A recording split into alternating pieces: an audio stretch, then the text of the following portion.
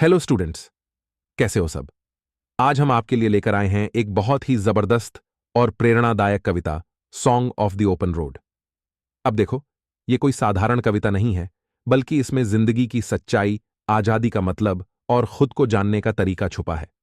और इसे लिखा है वॉल्ट विटमन ने, जो कि फादर ऑफ फ्री वर्स यानी फ्री वर्स का पिता कहे जाते हैं।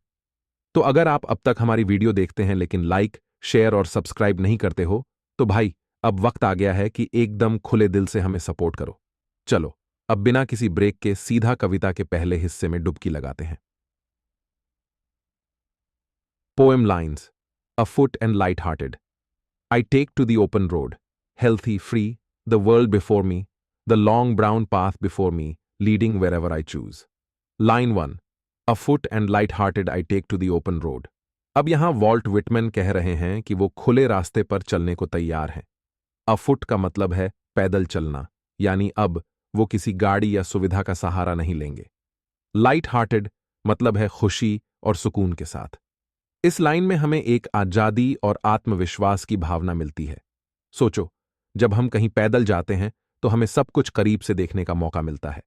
विटमन यहां कहते हैं कि वो जिंदगी को भी ऐसे ही जीना चाहते हैं, बिना किसी बोझ या तनाव के। Line 2। Healthy free, the world before मी। अब यह लाइन एकदम मोटिवेशनल है। विटमैन कहते हैं कि वो खुद को स्वस्थ और आजाद महसूस कर रहे हैं। हेल्थी यहां सिर्फ शरीर के बारे में नहीं है, बल्कि मन और आत्मा के बारे में भी है। और फ्री मतलब है किसी बंधन में ना होना।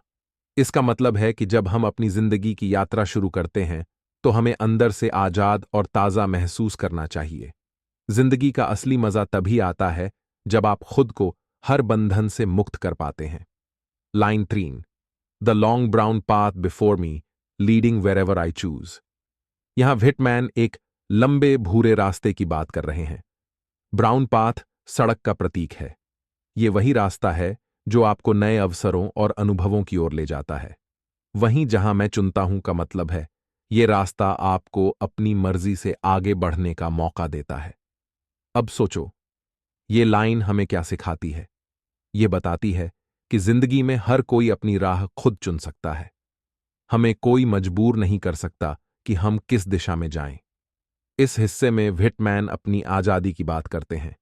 उनका मानना है कि जिंदगी की असली खूबसूरती तब है जब आप हर फैसले अपनी मर्जी से लेते हैं। तो सेल्फ डिस्कवरी, खुद को जानना। विटमैन हमें ये दिखाते हैं कि खुले रास्ते पर चलने से हम खुद को बेहतर समझ सकते हैं। हमें उन चीजों का अनुभव होता है जो हमें रोजमर्रा की भाग दौड़ में समझ नहीं आती। 3। ऑप्टिमिज्म, आशावाद। इस हिस्से में एक सकारात्मक सोच है।